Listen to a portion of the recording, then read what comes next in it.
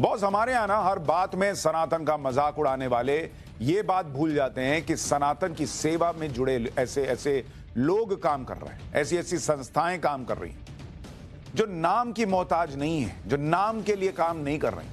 वो सनातन की सेवा भी कर रहे हैं, समाज की सेवा भी कर रहे हैं और बिना इस अपेक्षा के कर रहे हैं कि कोई उनका नाम लेगा, कोई उनके बारे में चर्चा करेगा, मीडिया में खबर छपेगी। ये होता है निस्वार्थ सेवा का भाव और बिना धर्म देके कर रहे हैं। जो इसको मदद की जरूरत है उसके लिए सनातनी लग जाते हैं। वो अगर मुसीबत में देश की मदद करते हैं तो सनातन के भव्य मंदिर भी इस्लामिक राष्ट्र तक में खड़े कर देते हैं। बीएपीएस स्वामी नारायण संस्था का नाम आपने सुना ही होगा। इन्होंने दुनिया भर में सनातन का ऐसा जलवा दिखाया कि आज मुस्लिम देशों में भी इनके मंदिर बनकर खड़े हैं। और उनकी एक और खास बात है कि जहां आज के जमाने में ऐसे लोग आपको कम ही दिखेंगे जो खुद से जुड़े लोगों की अपने से ज्यादा रिस्पेक्ट और वैल्यू करते हैं।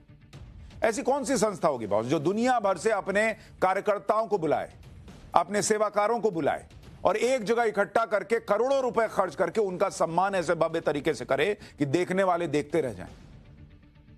वरना आजकल कार्यकर्ताओं को कौन पूछता है। अहमदाबाद में ऐसा ही कुछ हुआ। बीएपीएस स्वामीनारायण संस्था ने जो किया वो देखने लायक था। उन्होंने इतना गजब का कार्यक्रम अपने वॉलंटियर्स के लिए रखा कि उसकी तस्वीरें देखकर आप दंग रह जाएंगे। ये वो वॉलंटियर्स हैं जो बिना किसी चमक धमक के बीएपीएस के लिए हर समाज सेवा के कार्य में पहुंच जाते हैं। देश और दुनिया में कोई भी आपदा हो, कोई भी मुसीबत हो, बीएपीएस के कार्यकर्ता आपको मदद देने में सबसे आगे दिखेंगे। इसलिए इनका भव्य सम्मान किया गया इन कार्यकर्ताओं का। बीएपीएस का कार्यकर्ता स्वर्ण महोत्सव अहमदाबाद के नरेंद्र मोदी स्टेडियम में आयोजित हुआ था। उसी स्टेडियम में जहां वर्ल्ड कप का फाइनल हुआ था बॉस। दुनिया के सबसे बड़े क्रिकेट स्टेडियम में बीएपीएस के महोत्सव की चर्चा दुनिया भर में हो रही है। ऐसी ऐसी तस्वीरें थी वहां। नरेंद्र मोदी स्टेडियम में लाखों बीएपीएस कार्यकर्ता आए। बीएपीएस के इस कार्यक्रम में खुद पीएम मोदी ने वीडियो कॉन्फ्रेंसिंग से वहां पर लोगों को मैसेज दिया। इस दौरान पीएम मोदी ने बीएपीएस के बारे में कई ऐसी बातें बताई जो बहुत लोगों को नहीं पता है। ऐसा ही एक अनसुना किस्सा आज आपको बताऊंगा। जब पीएम मोदी के एक फोन कॉल पर आधी रात के बाद पीएम ने एक फोन किया तो लाखों सनातनी कैसे इकट्ठा हो गए, कैसे बीएपीएस के कार्यकर्ता इकट्ठा हो गए, आज आप सुनेंगे तो हैरान रह जाएंगे। लेकिन पहले आप अहमदाबाद में हुए कार्यक्रम की एक झलक देखिए। श्री स्वामीनारायण भगवान की।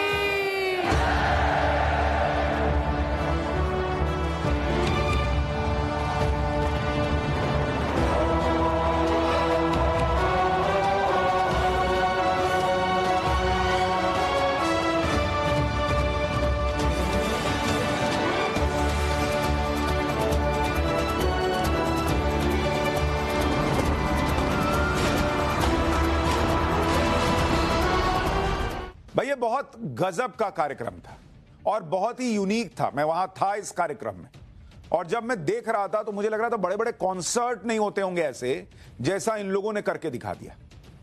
भाई इस तरह से अपनी संस्था से जुड़े लोगों का बहुत कम लोग ध्यान रखते हैं। नरेंद्र मोदी स्टेडियम का पूरा ग्राउंड एक जायंट स्क्रीन बना दिया गया। आप जमीन पे देखिए ना, ये जो बड़ी सी स्क्रीन दिख रही है जमीन पे तैयार की गई।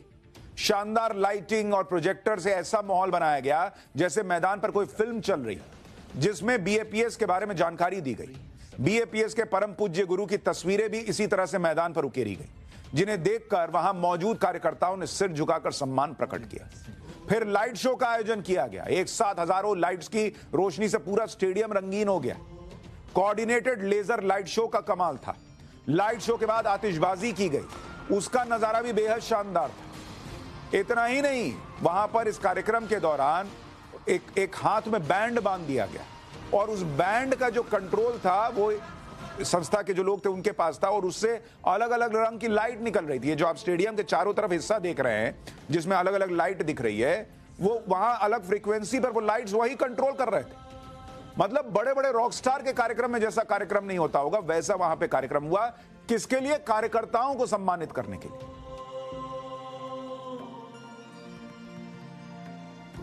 बीएपीएस के कार्यकर्ता चाहे कितने भी मुश्किल हालात में हों, सेवा करने से पीछे नहीं हटते। चाहे गुजरात के भुज में भूकंप आया हो, कोविड का काल हो, कोई मुश्किल हो, ये सनातनी बीएपीएस के कार्यकर्ता सबसे आगे दिखाई देते हैं।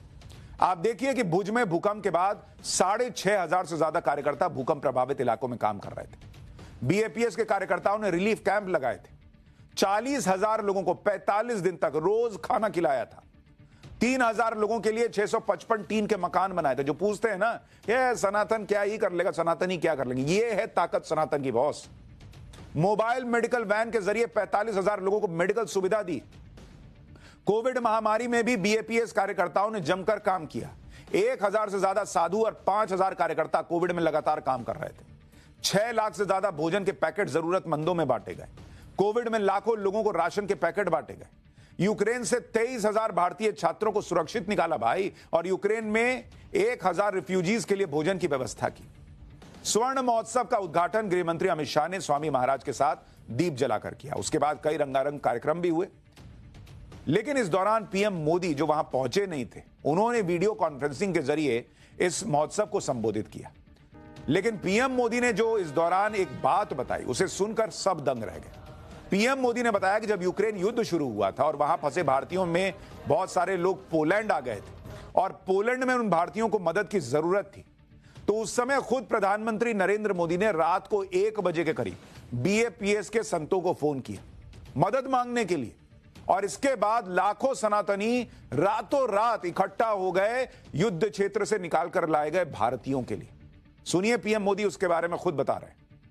उस समय मैंने बीएपीएस के एक संत के साथ बात की, और यह बात मुझे लगता है शायद आधी रात बीत चुकी थी। 12 या 1 बजा था रात को, तब मैंने बात की थी। उनसे मैंने आग्रह किया कि बड़ी संख्या में जो भारतीय पोलैंड पहुंच रहे हैं, उनकी मदद के लिए मुझे आपका सहयोग चाहिए। और मैंने देखा कि कैसे पूरे यूरोप से रातों रात बीएपीएस के कार्यकरों को आपकी संस्था ने एकजुट कर दिया। आप लोगों ने युद्ध के माहौल में पोलैंड पहुंचे लोगों की बहुत बड़ी मदद की।